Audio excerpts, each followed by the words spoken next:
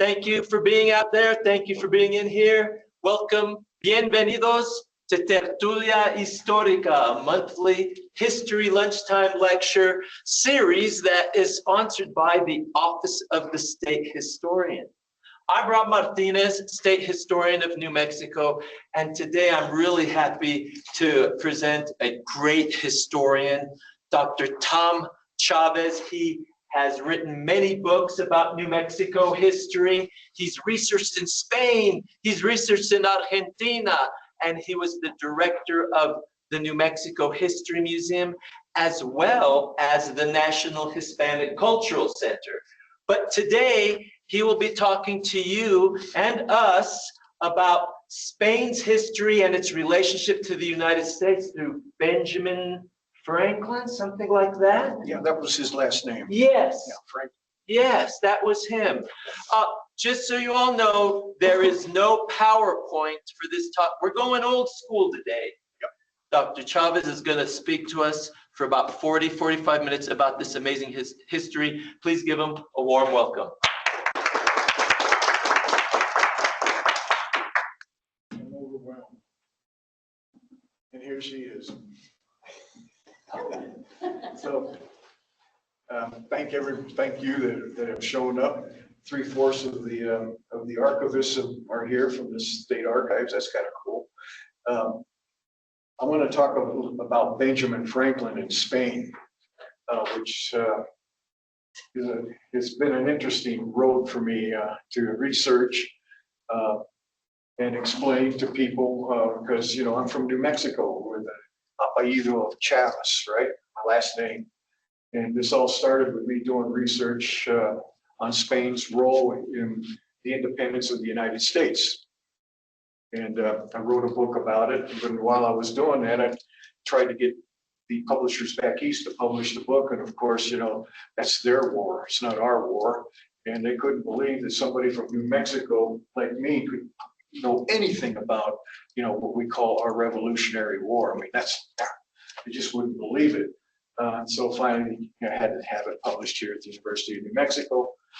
Now today, all those people back there are using the book, because when I had my last 2 books were published back there, and they're anonymous reviews of my books from those presses came from those professors back east, the Ivy League. They said, "Oh yeah, he's written this great book in 2002." So, I'm an ancient mariner now, and been accepted back east in a way.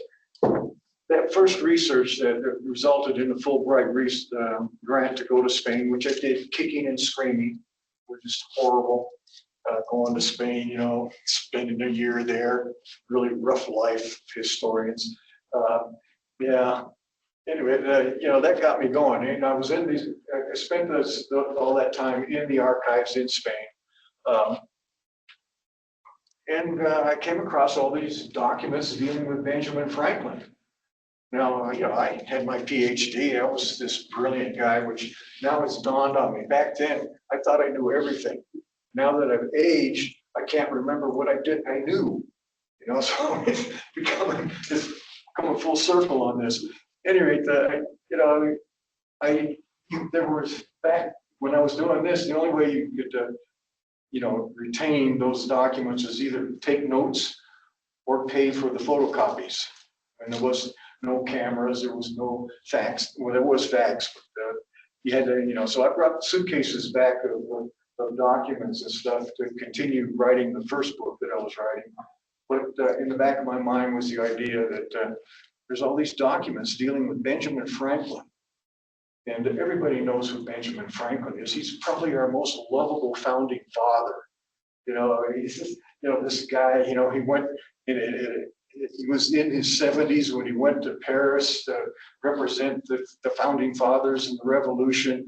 And here's this guy who's balding with long hair, and in fact, he would be a perfect, if he was on the plaza today, he would fit in perfectly here. We immediately identify him as a member of the Winos for Peace movement, and said that he was very smart. Not to say that nobody in the Winos for Peace movement isn't smart either, but he went there and and he did enjoy himself a lot.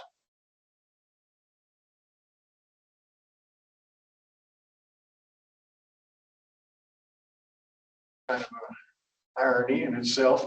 Here's this old guy spending a great deal of time in Paris's salons, entertaining the women and just enjoying himself, but also representing those 13 colonies. And he never went to Spain, and yet here's these documents dealing with Benjamin Franklin in Spain. So it dawned on me, I'm going to start going back and reading all his biographies. 2006 was the anniversary of his birthday, and the presses back east, the popular presses, went and solicited all these Pulitzer Prize winners to write biographies of Benjamin Franklin, and they did. They're beautifully written. They are. I mean, they're just, you sit down, it's one of those things you can't put down because they're so beautifully written, but there's nothing new except for their maybe take on him. But no new research, none of that. And not one of them used any of the documents that were in the archives of Spain. Most of them didn't even mention they had anything to do with Spain. So those of you who are in the field of history understand this is a gold mine. Yeah, I've come on something that no one knows and no one has used. In the back of my mind, I'm thinking, all right, I've written a book about Spain and the independence of the United States. I want to do a book that collects all the documents and all the archives of Spain that deal with Benjamin Franklin. And I don't even have to get into revisionist history or anything. There's nothing controversial about it. I'm just going to present all this information for other historians to use and avoid the controversies, because who needs it? Yeah. Well, that was there, but I got distracted with other stuff, writing New Mexico history and so on, and it was always in the back of my mind. I got to a certain point in my life where I figured out if I didn't do this, I wasn't going to get it done in my lifetime. In fact, I figured out if I tried to do it by myself, it wouldn't get done. And this is where my experience as a museum director came into play. See, when you work in a museum, you might have an idea for a project, but who's going to pay for it? So you write grants, you go out, you hobnob with the public, you form support groups and foundations, and you plead your case for the project you want to do to see if they will pay for it.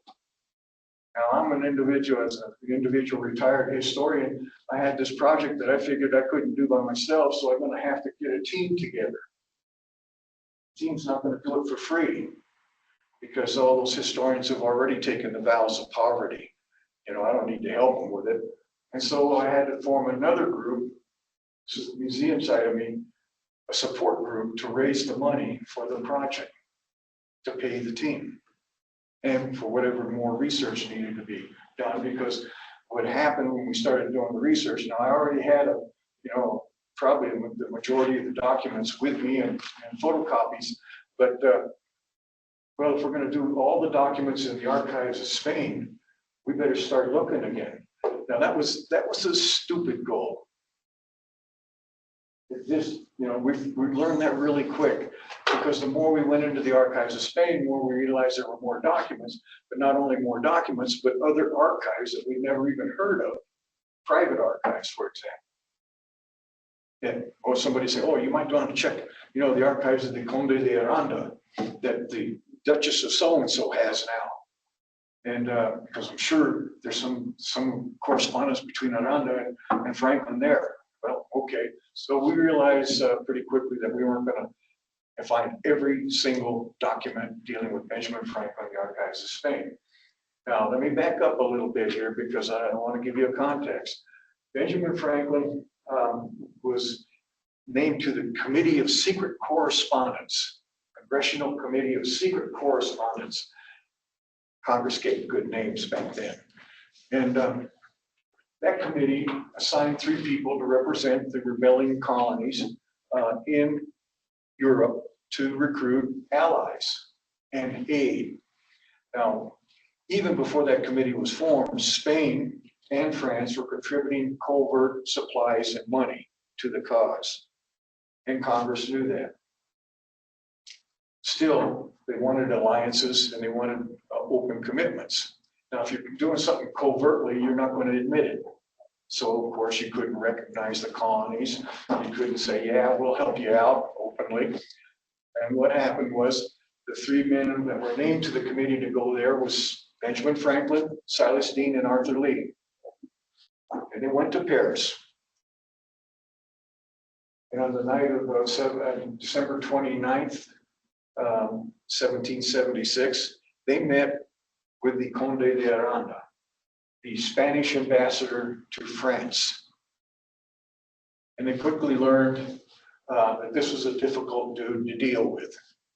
The Conde de Aranda was an experienced man, maybe 20 years younger than Franklin then, so he was in his 50s. He was, he had received wounds in battles. He had been a diplomat for many years. He was the kind of guy, if you got him into a meeting, he could cut it short, just cut it off, or he could bore you to death and just go on forever with whatever dribble he decided to irritate you with.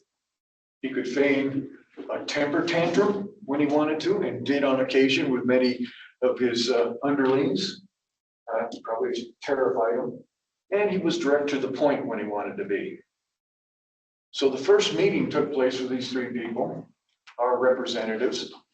And a couple of things came out of it right away that not one biographer of Franklin ever mentioned. Aranda wrote a 32-page report of that meeting.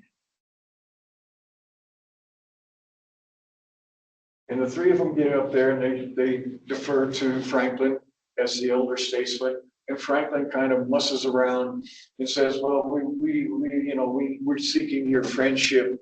And, we want to be friends. And, the people of the colonies have a good opinion of His Majesty, the King of Spain. And Aranda just cut him off. He says, I would think that in the situation you're in, you would ask for more than friendship.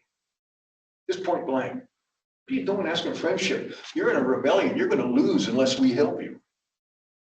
So Franklin said, I want to write a report and give it to you, and you'll see exactly what we want. Then Aranda cuts him off again. Says, you just spent 6 weeks at sea and 3 weeks overland to get here, and you didn't have time to write that report? I would think this is more important than what you're leading me to here. This was the first meeting. And I get the impression that every time they had to go see Aranda, it was like, oh man, do we? But Aranda, as it turns out in his reports back to Madrid, was very pro-American. He was arguing for Spain to get involved in the war right away. Now he got overruled. And incidentally, he was sent to Paris because they didn't want him in Madrid, because he was a pain in the como se llama, right? That kind of guy. But he was too valuable too. So he was at the most important ambassadorial position in the world for Spain, was Paris. So they had him out of town, but they had him in a key position. So there he is. And in that first report, along with how he confronted Franklin and how he was, thought that they weren't prepared for the first meeting, he noted that from here on out, every meeting we have, I'm going to have an interpreter. An interpreter. This is Benjamin Franklin, the genius. Benjamin Franklin must have been multilingual, right? He was so smart. He didn't know French. Neither did Silas Deane or Arthur Lee. In fact, when he said, I'm not sure we accomplished anything at all after 2.5 hours. I'm not sure that we accomplished anything at all. For the poor state of Franklin's French, Silas Deane even less, and Arthur Lee none at all. So we sent 3 representatives to Europe that couldn't speak French. If you're a historic preservationist, you'll appreciate it, because we still do that. We send our ambassador, they don't speak the languages of the countries. Everybody has to speak English now. So he had translators there the whole time. Spain was involved in our revolution. Franklin knew it. Silas Deane and Arthur Lee knew it. They knew that there was a bogus company formed even before they got there, Rodriguez y Ortlitz and Sons. And Spain and France contributed equal amounts, $2 million roughly, more or less. You know, you gotta do the translations of the currency and stuff, but $2 million more or less, which was a lot of money back then. Each country contributed to this company, was merely a front company, to buy supplies to send to the colonies, you know, covertly, secretly. So they had been doing that. The Spanish ports were open to American shipping. They said, well, we're a neutral country. We can't partake in the conflict. So everybody's open to us, including the British if they want to use it. And in fact, there were some Spanish companies doing business with London. But that was a front too, to allow American shippings, commissioned captains, merchantmen who now armed their ships and raided British shipping to go into the ports. Now, some of these guys, there was a small line between commissioned U.S. captains and privateering, because a lot of these guys were already privateers, which is a kind word for saying piracy. Right? Piracy. We had a great Captain Cunningham who had no idea what that line was. What does that have to do with Franklin? Well, when he went to Paris, he took a whole stack of printed out forms that only had a blank where the captain's name would be and the ships would be. These were commissions for captains. And so these American merchant ships captains would come to Franklin, he'd put in their name in that, and all of a sudden they're a commissioned captain in the U.S. Navy. All right. That's good. So now they're not supposed to practice piracy. But of course, this guy Cunningham, among others, and incidentally, John Paul Jones had a sordid career before he refused to give up the fight, became famous. He killed some of his own crew on one occasion because they wouldn't go along with him. He was a privateer too. And so there's this smuggling and piracy going on. Cunningham was the worst of it. He would, capture Spanish ships. And Spain was sending secret aid to the colonies.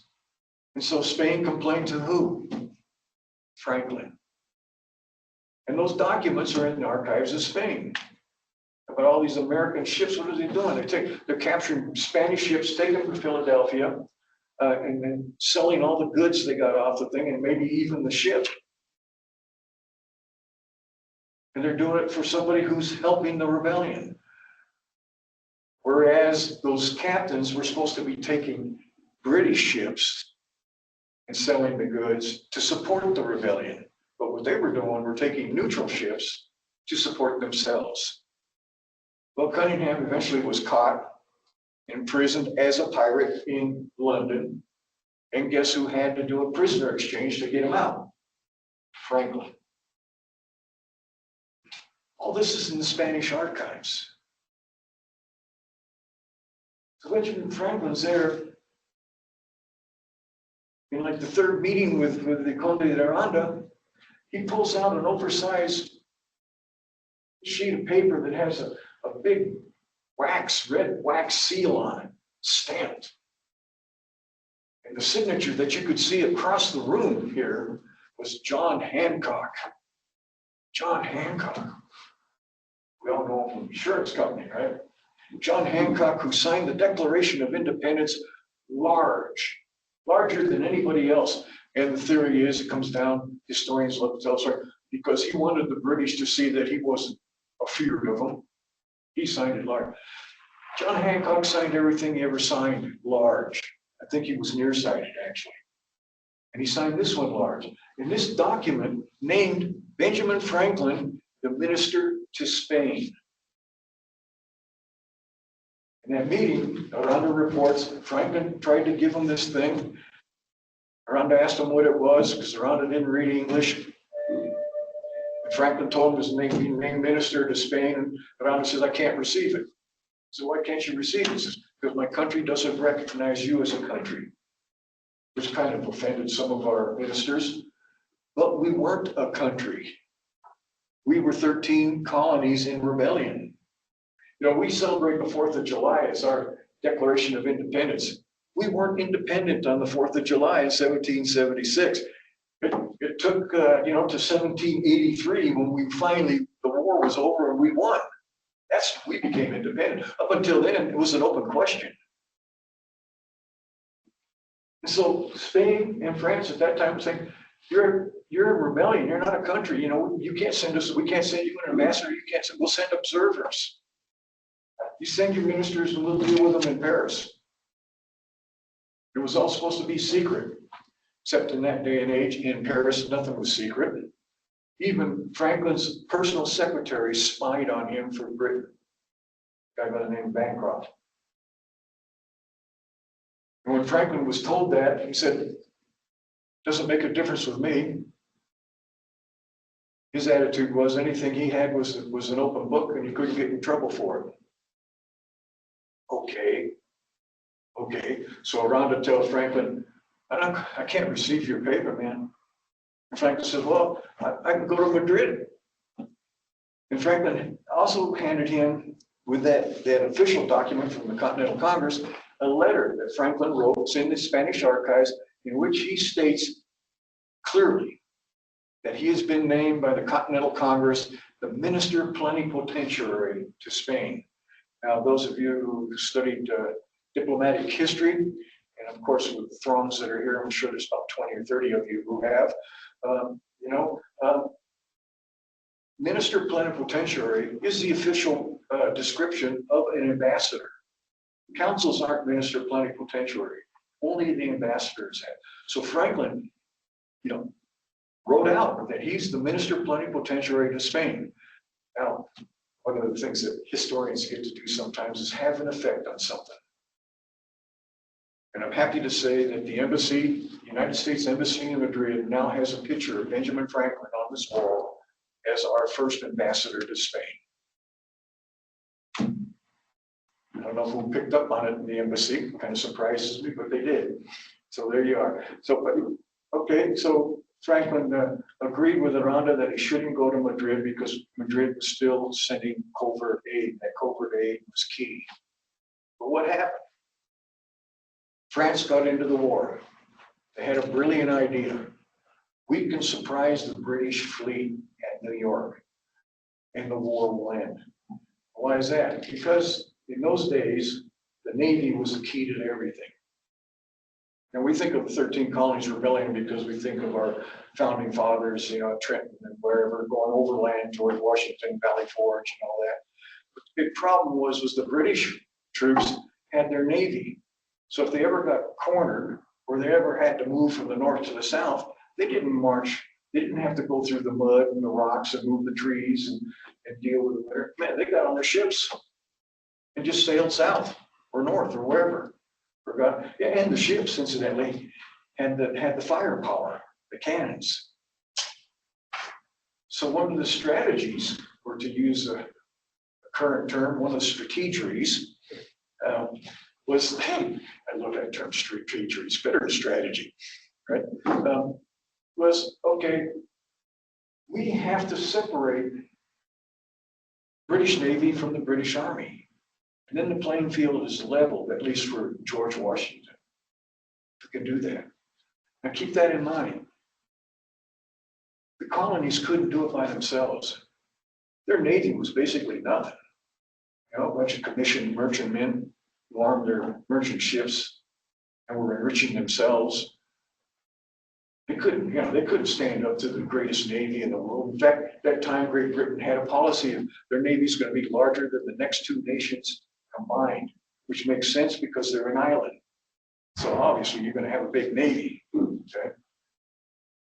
They kind of miscalculated, as it turned out. What happened was France says, "Oh, if we can catch the British Navy at New York off guard, we can end the war early." And the French asked Spain if they approve of this ploy. And the ploy was, we're going to send our fleet, set sail. Admiral de Grasse, set sail, Admiral de Grasse. I'm sure, he was really cool dude with this French accent and everything. Says, when you're 2 weeks at sea, open your orders. And the orders will divulge that we have declared war on Great Britain. Because you have a 2-week head start, they can't possibly know about it in the colonies. And so you can surprise the fleet and end the war. Brilliant idea, right? See by your faces, you all think it's not. Of course, like I said, there were spies everywhere, including Franklin's own secretary. Word got to New York before the French fleet got there. And we know when we took our history classes back in high school, when the football coach was teaching it to us, you know, that's why we all just loved it so much. Right? Names and dates, do the little lines to connect them. All right, that's what happened. I mean, it killed your taste for history. I don't know how you reinvented it, but thank God. Anyway, they get there. You know, we hear from our football coaches. You know, George was all excited that, you know, he heard that the French had declared war, and here's the fleet, and they got to New York and did nothing because the British were waiting for them. And so they sailed up north and offloaded some troops to rest up, and then hightailed it down to the Caribbean islands that they had. Today's Haiti, the Westward Islands. And George said, why are they in the war? We're back to square one. In Europe, something else happened. The Minister of State of France, the Count of Vergennes, wrote to his king, Louis XVI. Some of us know him as Louis the Last. Lost his. Wrote to Louis XVI, now that their ploy failed, he said, pray, sire, that Spain joins us or we are lost. It's not the only time he confronted his king about that. What does that mean? The Minister of State of France is saying to his king, we cannot defeat Great Britain unless Spain joins us. What does that mean for the colonies? Yeah, they're not going to win either. They're going to lose. So at that point, the Conde de Floridablanca, Minister of State of Spain, the Conde de Floridablanca, another guy that could fake temper tantrums, seems to be like, comes with a job in Spain. And maybe some state administrative jobs, I'm not sure about that, possibly. Yeah, fake the old temper tantrum, strike terror in the hearts of employees to get them to do their jobs, right? For the mere alms that you collect every 2 weeks. It's great. I being one of you retired, and I understand. At any rate, Floridablanca didn't want to go to war. Why not? I mean, this is why we hear about the French being our allies and nothing about Spain. Because Spain knew, you know, France contacted Spain. You're going to get in it, aren't you? You're going to help us out here. I mean, we have this family compact. You know, both of our kings are Borbones. We're in trouble here. You got to help. Now, if you're a poker player, who has all the cards? Spain. And Floridablanca says, well, yeah, we're with you. But we're going to keep sending covert aid. You know, we want the colonies to keep resisting. And you can use our ports too. But you know, Portugal is an ally to Great Britain. We got to deal with them. And we've sent a fleet to South America to deal with the Portuguese and English on the Rio de la Plata. And they did. A fleet of 9,000 men went down there and extracted the Portuguese and the British from what is today Uruguay. So like Uruguay is Spanish speaking and not Portuguese, like its neighbor to the north, Brazil. Happened during our War of Independence. Floridablanca had this big fleet. He knew that when Spain combined its fleet with France, they would have a larger fleet than Great Britain. And that would turn the war.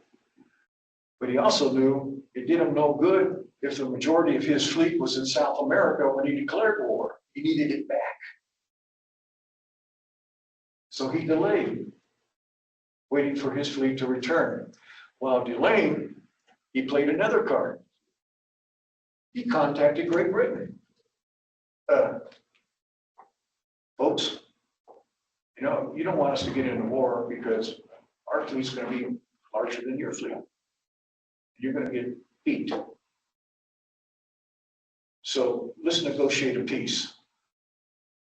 Makes all the sense in the world. If you're the poker player, you know, you're holding your cards, saying that, you know what, I'm all in.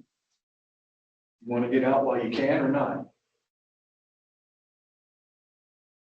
Our historians have come down and said that Spain tried to sell our founding fathers out. That was giving up our independence because all Spain wanted was Gibraltar. You get into the Spanish archives, you get into the archives that deal with Franklin, and you find out that is absolutely not true. That when Britain raised the idea, okay, we'll deal with you, but independence shouldn't be part of the discussions. Floyd de Blanca replied, even in writing, that is out of hand, beyond the question. Independence is not to be negotiated. So Spain never negotiated our independence, despite what our historians have said up to now. It's a matter of being in the documents, not what we think. But Britain had, you know, King George, who had a bigger view of himself and their empire, which was at that time the largest empire in the world, you know, the most powerful nation. Might be a lesson for us today in some ways. He just couldn't believe that, you know, he could be intimidated into a peace, and so he refused. And so, on the 21st of June, 1779, Spain declared war on Great Britain. Now, historians like to pity you, if you will, and say, oh, they didn't declare themselves an ally to the colonies. Well, how do you become an ally to something that's not a country? The rebellion colonies. And Orlando was really clear about that.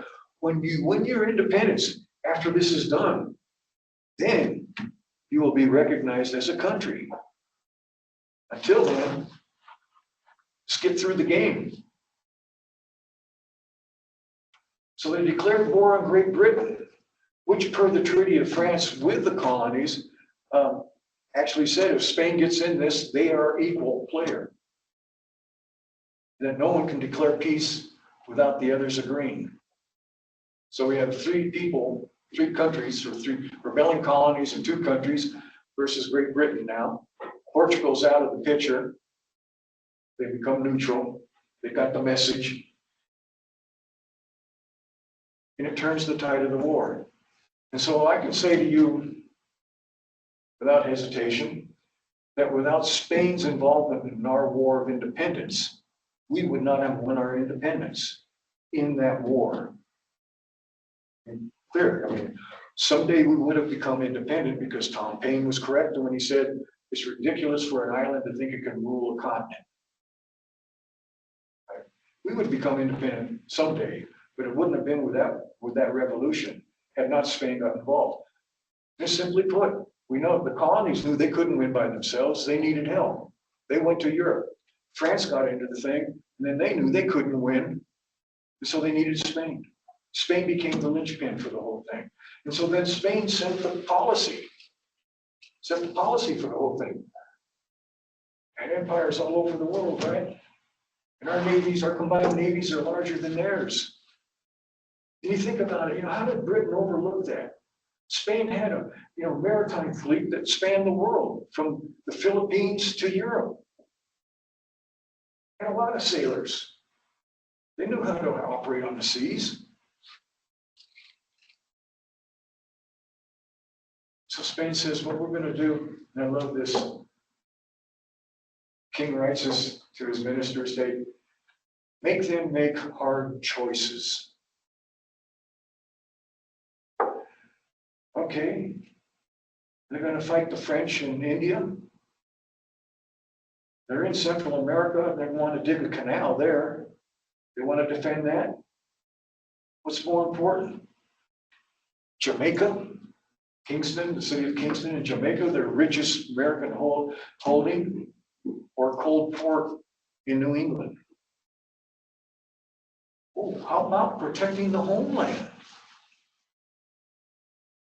Or Gibraltar, or the Mediterranean island of Minorca. Make them make the hard decisions. 22,000 man joint army, French and Spanish, lay siege to Gibraltar.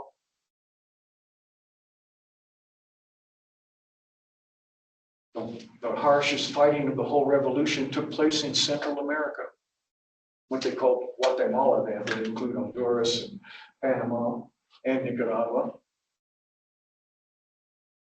was horrible fighting. Fighting, if you've been there in the summer, you know what I'm talking about. These guys in their wool uniforms. Right? And the British were defeated in Central America. At San Juan, the rivers Rio San Juan in Nicaragua and Lake Nicaragua, which incidentally 11 miles from its western shore to the Pacific Ocean. That's where the canal was going to go. It was horrible fighting. Slash and burn, going into the jungles, dealing with Indian allies. Guys going in and coming out, completely different people. It was just awful. And there are vivid descriptions of all that in the Spanish archives. And of course, then there was the siege of the island of Minorca. Spanish took it from the British. And what about in the Americas?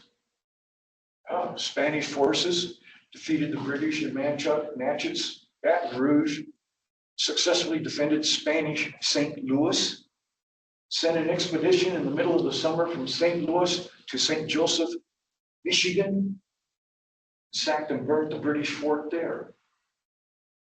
Then they went along the Gulf Coast, defeated the British at Mobile, Alabama, and in a major siege at Pensacola, Florida. All that had to happen for us to succeed with our independence. Spain made it a world's war. That's the first world's war from our point of view.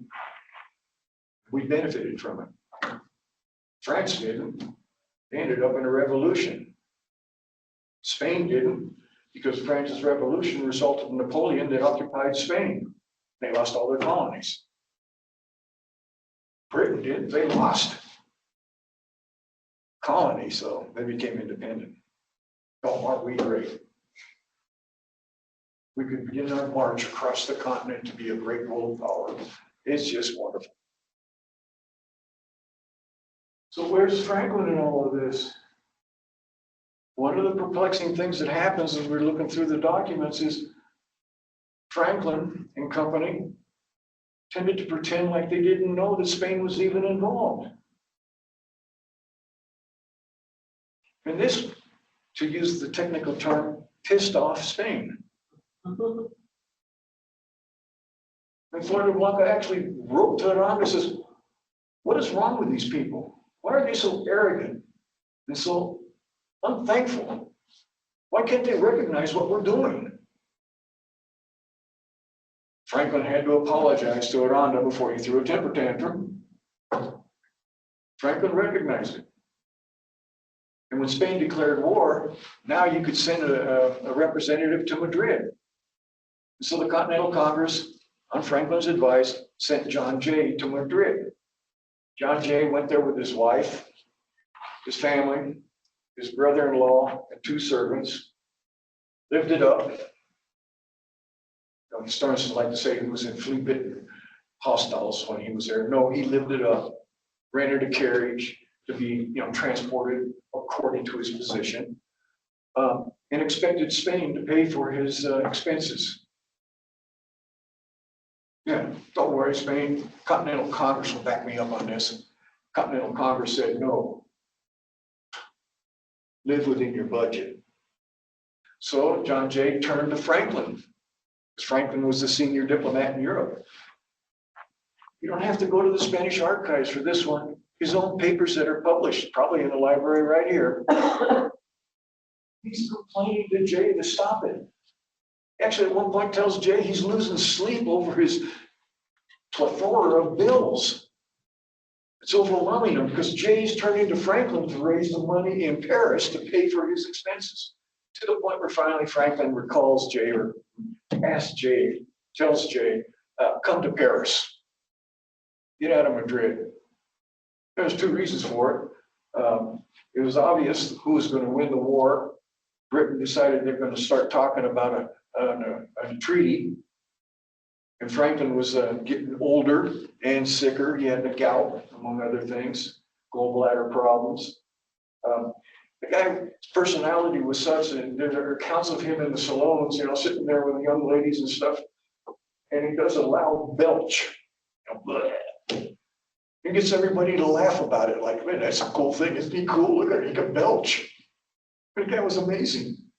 I'm sure all these other guys that are, younger and better looking are like, how does he get away with that?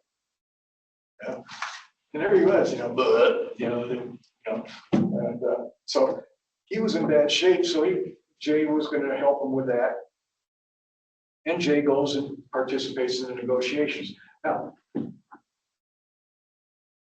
Franklin, even though he was sick, got involved. In fact, Silas Deane and Arthur Lee were both recalled because they turned on Franklin and each other. Our own three first original guys ended up fighting with each other. So two of them were recalled, Deane and Lee, replaced by Jay and then John Adams and eventually Thomas Jefferson to get the deals done. The one person that was always there, though, was Franklin. And Franklin was always dealing with Spain. Even when John Jay was named the minister, Franklin actually introduced Jay to Aranda. So, Conde de Aranda, this is John Jay, former president of the Continental Congress, and he's taken my place as the representative of the colonies to Spain. Aranda said, no, he isn't. No, you're the representative. I will deal with you. Spain had had enough of Jay in Madrid, so it was over there. So they negotiate a peace. But I've come to learn in the Spanish archives, and Franklin knew this too, that there was a guy, Francisco Saavedra, whose biography I just finished, 972 pages. Francisco Saavedra was an enlightened man, part of the Spanish Enlightenment, actually. And he was sent to the colonies during the war, actually to the Caribbean, to Havana, Cuba during the war. He was the one that raised the money and paid for this French fleet to sail north to Yorktown. He raised 335,000 pesos to send north to help pay for the Battle of Yorktown. What does that mean in today's money? The equivalency is roughly $30 to a peso. So, multiply 3,335,000 times 30, you get 30 million something or other, right? A lot of money then. Yorktown, the battle that supposedly won us our independence in that war, would not have occurred had not Saavedra collected the money in Havana, Cuba. The first allotment of that money. The second allotment, another 2 million. The first allotment was 1,335,000. The second one was 2 million. Came from Mexico on the treasure fleet from Veracruz to Havana and transported onto a British frigate and sent north. Now think about the irony of that today. People of Cuba took up a collection for that first amount, helped pay for the cause, and the silver of Mexico for the second amount. Next time you hear somebody criticize Mexico, ask them, well, what do we own for our independence? They paid for that battle. Lost in our history books, so until now.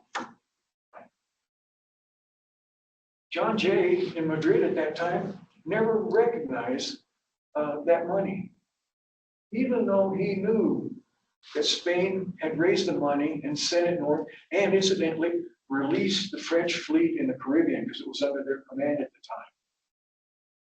Released them to go north and on Madras again. He knew that. How do I know he knew it? He didn't write about it. He pretended like that Spain never did anything for him. It was published in the newspapers in Spain.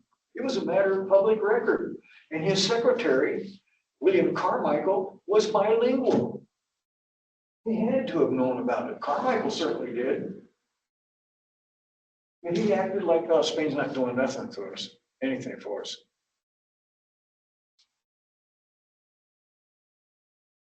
So the peace was negotiated. Oh, and when they got into the war, they told the French exactly what they wanted, which is the story they love. They listed it in more than one document. They wanted Pensacola. They wanted the British out of the Mississippi River. They wanted Jamaica. They wanted British out of Central America, Gibraltar, and Minorca. They just listed them. The only thing they didn't do was number them or prioritize them, but they were just listed like a list in more than one document, which the French called Spain's gigantic demands. But France had no choice because they needed Spain to survive. And so all that happened. And that goes into the negotiations. Jamaica. Some of us like Jamaica a lot. Right, Noé? Yeah. Grandson Noé likes Jamaica. Good man. Jamaica's, the richest West Indian port for Great Britain. The only port richer than than Kingston, which was in Jamaica, was Havana itself. Right? This guy Saavedra, who raised the money for Yorktown, his other mandate from the king was to organize and get the funding for an invasion of Jamaica. But the French fleet was defeated after Yorktown, the French West Indies fleet. And so everybody said, oh, we can't do Jamaica now because they needed a big fleet. I mean, Great Britain was going to defend Jamaica. The idea was to have something like, 30 ships of the line. You know what ships of the line are? I was going to tell you, I'm going to ask you a question, right? Yeah, what's a ship of the line? It's a big ship. That's a big ship, right? This is the battleship. And those are the big ones that, two or three rows of cannons on each side. Right? The frigates are the ones on each side, the fast ones. That's where you do your swashbuckling on the frigates, man.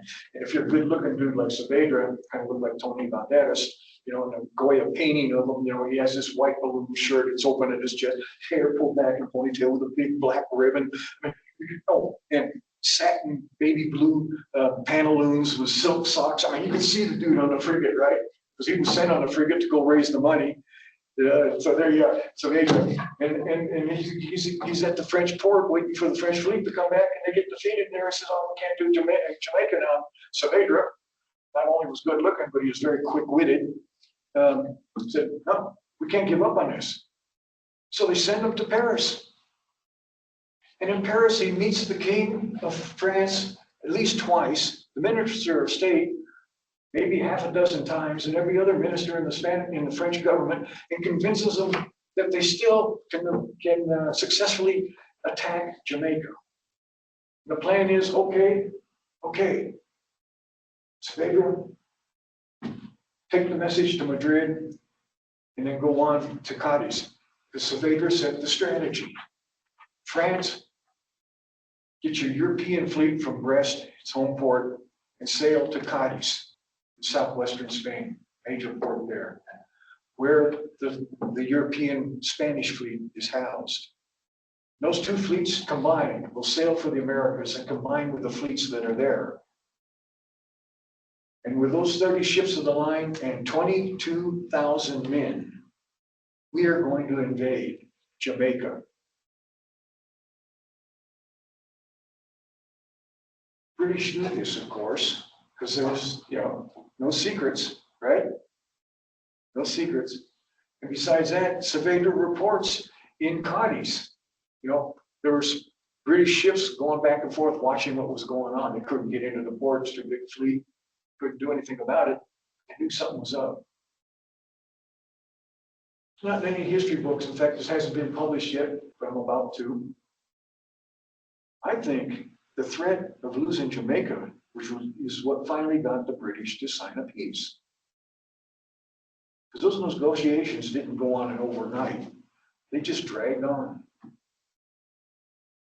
But if you're from Britain, a merchant country, right, you do not want to lose Jamaica. That place was more valuable than any of the 13 colonies in its day. It was about to happen. Okay, so that's all the context, the history for what happened with me in the archives. And I got us to talk about archives. And none of this happens if there's no archives, right? We got to have archives. Archives are the food that feed us in our memory. And without it, we can go on all the little details and sayings about it, without a past, without a memory, future, and all of that. Historians live in archives. Even met a wife in an archive. How about that? Yeah. And she wasn't on a shelf, she was a researcher. So there we are collecting all these documents. 62 documents we finally decided on. And put down here, I'm going to give you the exact number. Called it the Benjamin Franklin Documents in the Archives of Spain Project. Had one committee raising money. We'd go to living rooms where people would invite their friends and have me get up there and do a shuck and jive about what we wanted to do and the importance of these new Franklin documents. Of course, most people who are not inaugurated in the field of history, they just hear Franklin, and that's enough. That's good, too. But I did have people in that committee that weren't historians that knew more about Franklin than some historians. And so there we were, that we'd get called, and I'd go and do this thing in front of people, and I'd have copies of the, photocopies to show people. And here's the one where it said Franklin couldn't speak French. Right here, we projected on the screen on occasion. We got more technical. Yeah, and do that. And we raised $65,000. So I got to pay the whole committee all their fund, including some travel money to go to the archives and stuff. And we ended up with money left over. The Latin American Iberian Institute at the University of New Mexico was our umbrella. They were our 501(c), so people could write off their contributions.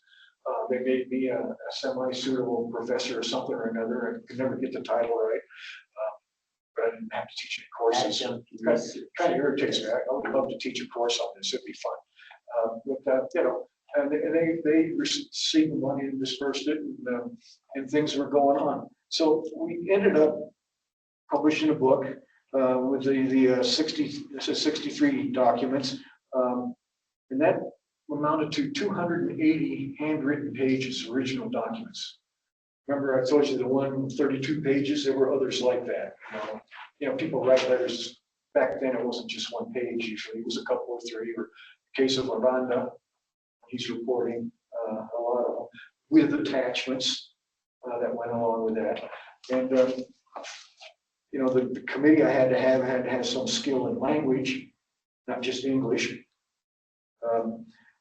So those documents of the 280 original pages, 28 written in English, only 28. 15 in French, and 237 in Spanish. So I had a team. One member could translate French to Spanish. Another one could sort of read French. All of us could read Spanish and English. And what we did, we went through filters. I'm a believer that any one person translates a document. That's fine, but I'll tell you what, I get the same document and ask any one of you who know how to do this. You translate it, it would look different. There would be nuances, especially when you get into history. Now, I sat at the top of the pinnacle, being the next state administrator, right? So I could feign my temper tantrums. And, I would sit there and there'd be a question, well, what does this mean? Well, who's this referred to? Who's the Conde de Aranda? The Marquis de Grimaldi? Who's this? And I would tell them, and I had to do all the citations and all that stuff. And we did it. And what was really interesting, that project was more than the final result of publishing this, which I'll get to in a second. First, we published 4 books. 4 books. The first one, beautiful, wonderful State History Museum at the Palace of the Governors, has a printing press. They published this, a limited edition, all hand done, all done on paper as it was then. and printed in print that Benjamin Franklin especially liked. It's an essay. It's called Dr. Franklin and Spain, the Unknown History. And I wrote the essay for it. 82 of these are done and sold for $425 each. They're sold out, except I have 3. So anybody wants one, let me know. And we gave one at the request of the Spanish ambassador to the United States to the King of Spain. Want to guess what number he got? Because they're all numbered. What number did the King of Spain get? 1. Wrong, Snecklebits. 6. Who's the King of Spain? Felipe the 6th. You gotta be clever, right? You gotta be clever. So after we're through, those of you here, because there's so many of you, might have to get in line. Come on, come through this one. That was the first one that was published. The second one, ironically, the perfect people to publish these translation of these Franklin documents, all new, never used in this country, was the American Philosophical Society. Franklin founded the American Philosophical Society. That was his learned society. In fact, he even inducted the first Spaniard in there, the Count of Campomanes. Incidentally, his family has a private archive, and guess what's there? Correspondence between Campomanes and Franklin. The second Spaniard in there was Diego de Gardoqui. Gardoqui was the first Spanish ambassador to the United States. But before that, as a merchant and banker who owned a fleet of ships, he was doing business even during the war with New England. And some of that covert aid went to the colonies on his ships. So he's inducted into the American Philosophical Society. So I go to him and say, we got all these documents, these Franklin documents are all new. How about you publishing them because they're natural? Where are you from? New Mexico. So, well, how do you have documents in New Mexico? No, they're in Spain. They just couldn't snap. And then the guy retired. And I'm stuck with all these documents and everything that we've done, and no publisher. And I said, all I want to do is get these things out so historians can use them. And I get an email from the acting director of the American Philosophical Society. He says, have you published those documents yet? I said, no, I can't find anybody to do it. He says, we'd be interested in doing it. In the meantime, I did find somebody to publish them. And that's this book, Universidad de Alcalá in Spain, published them in Spanish, all of them. So they translated the French and the English to Spanish. So Spain had more interest in these new documents than did the United States, or at least the presses did. Kind of blew my mind a little bit. So I tell this acting director of American Philosophy, says, well, they were published in Spanish in Spain, so we can publish them in English, can't we? I says, well, I guess so. I'll talk to these people, and they right away said, fine. And then they come back and say, I've talked to my editorial board. We would like to have all the documents published in their original language as well. You know how much work that is once you have the manuscript done all in English? Then you got to go rearrange all the footnotes and make sure that the documents match up, because they didn't want to do here's this document right next to us, the other one. No, they wanted all the English ones in one fell swoop, and then the second half of the book, all the original language. You got to go back, get dizzy doing that. But they did it. They did it. And that's this book. Now, the downside of all this with this book, here's the hardback. Here. This book, if you go online to buy this book, it's like $98. I mean, my mind gets blown at the cost of books today. I mean, my first books, I'd get them, I could sell them for like 10 or 15 bucks to everybody. Everybody's happy. I wouldn't even buy my book for $100. I can't afford it. I'm still collecting state alms in retirement. So I can't afford that. And the paperback, which is this, is like $50. It's just a paperback. But the information's invaluable. That's where libraries come in, right? People can get them in libraries for sure. Or if they put them online, the whole manuscript, that'll work too. Of course, they charge you for that another $30 or something just to do that. So these two came out together after this one, and then after this one, the Spanish one. And then I was driving up to Jemez Springs. I don't know if I was going to the Los Ojos or to the Giggling Springs or just to go fishing. I can't remember which, maybe all three. And I was complaining and trying to get this published, and all I wanted to do is get it out. So historians and my wife at the time says, "Well, why don't you just write the book?" She didn't say dummy after, but the parentheses were there unsaid. And I was like, why don't I? I know these documents more than anybody. So I did. And the University of Virginia Press published this. It just came out. In fact, the publishing date is February 15th. So that project, just, from starting in the archives in Spain, dealing with documents, looking for one thing, something else comes up. What's Franklin doing here? You back burner that. Then you decide, okay, maybe I'll start doing that. And you start doing that, and all these other things come out too. It's the beauty of being a historian, I think. A lot of fun too. Because, I got to go back to Spain more than once as a result. And the ultimate thing I believe that all historians should do, and I make it my religion, is share. I want to share what I find. Whether I tell you or we have discussions, well, man, climbing with wine, and we'll talk forever. Yeah. Have seminars in some bar, great place. But I want to share the information. History isn't for a historian's closet. It needs to be shared. So that's why I'm here. I guess you want to share too. That's why you're here. So thank you.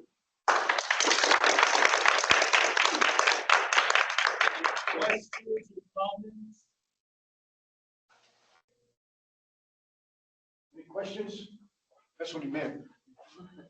I know we're at time, so please feel free to enter however long or short you like. But the kind of willful amnesia that we see in history, and then I just want to congratulations on getting into the archives and reminding us of the different players at play for a republic to be formed after the revolution. I would just want to hear your thoughts to connect with the kind of willful amnesia that we may have at this moment and how it affects our democracy and what you see. And I know it's a big question for something that is. That's a great question. Did everybody hear that question? Why is it we have this willful amnesia about the birth of our nation? Well, first of all, we didn't know this stuff. It wasn't in any of our history books to start with, but now it is. And so there's no excuse for it anymore. Why did it take so long is kind of the underside of your question. Why did it take somebody like me? I like to say, never once with so little gone so far. Why did I stumble on it? Why didn't more brilliant men before me find this? There's a couple of reasons. I write about it in this book a little bit. One is our historians, have been using Spanish archives for the last 150 years now. But their priority, they weren't looking for, or did they even think that Spain was involved in the revolution?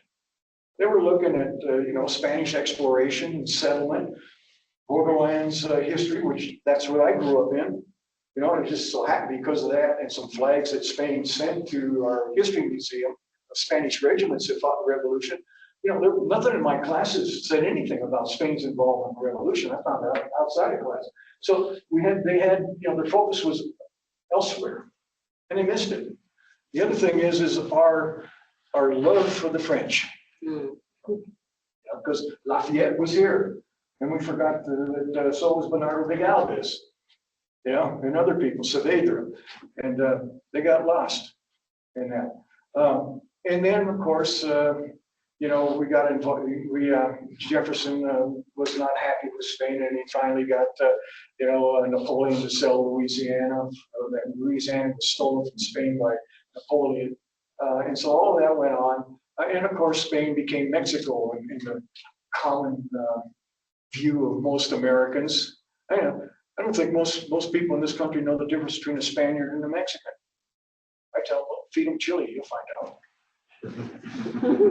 Real fast. Yeah. You know, Spain is a European country, but there's that whole stigma that Spain, you know, that Europe ends at the Pyrenees. It's not a European country because it was occupied by the Muslims. Africa begins at the Pyrenees, they would say. Yeah. How about the Black legend, Leyenda Negra? That's all part of it. That's part of it too. And that comes out of the Reformation. You know, the Reformation was to reform the Catholic Church. England took up the cudgel of that. Elizabeth, you know, the Reformation became Protestants, and we're going to, you know, reform the Catholic Church. Spain took up the cudgel for the Catholic Church, the Counter-Reformation. And so they became natural enemies that resulted in wars over a century.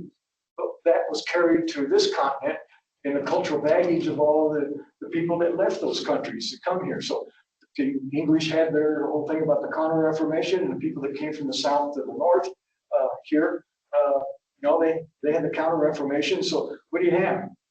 You have a choke here in the Southwest. Conflict.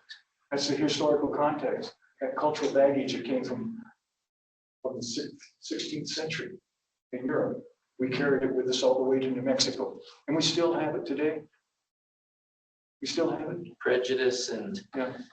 So that's sort of your answer. But I learned a new I don't know, a new answer to that. There's another thing. Last week, 2 weeks ago, I was in Washington, D.C. I was invited to speak for the Society of Cincinnati. Any of you heard of that society?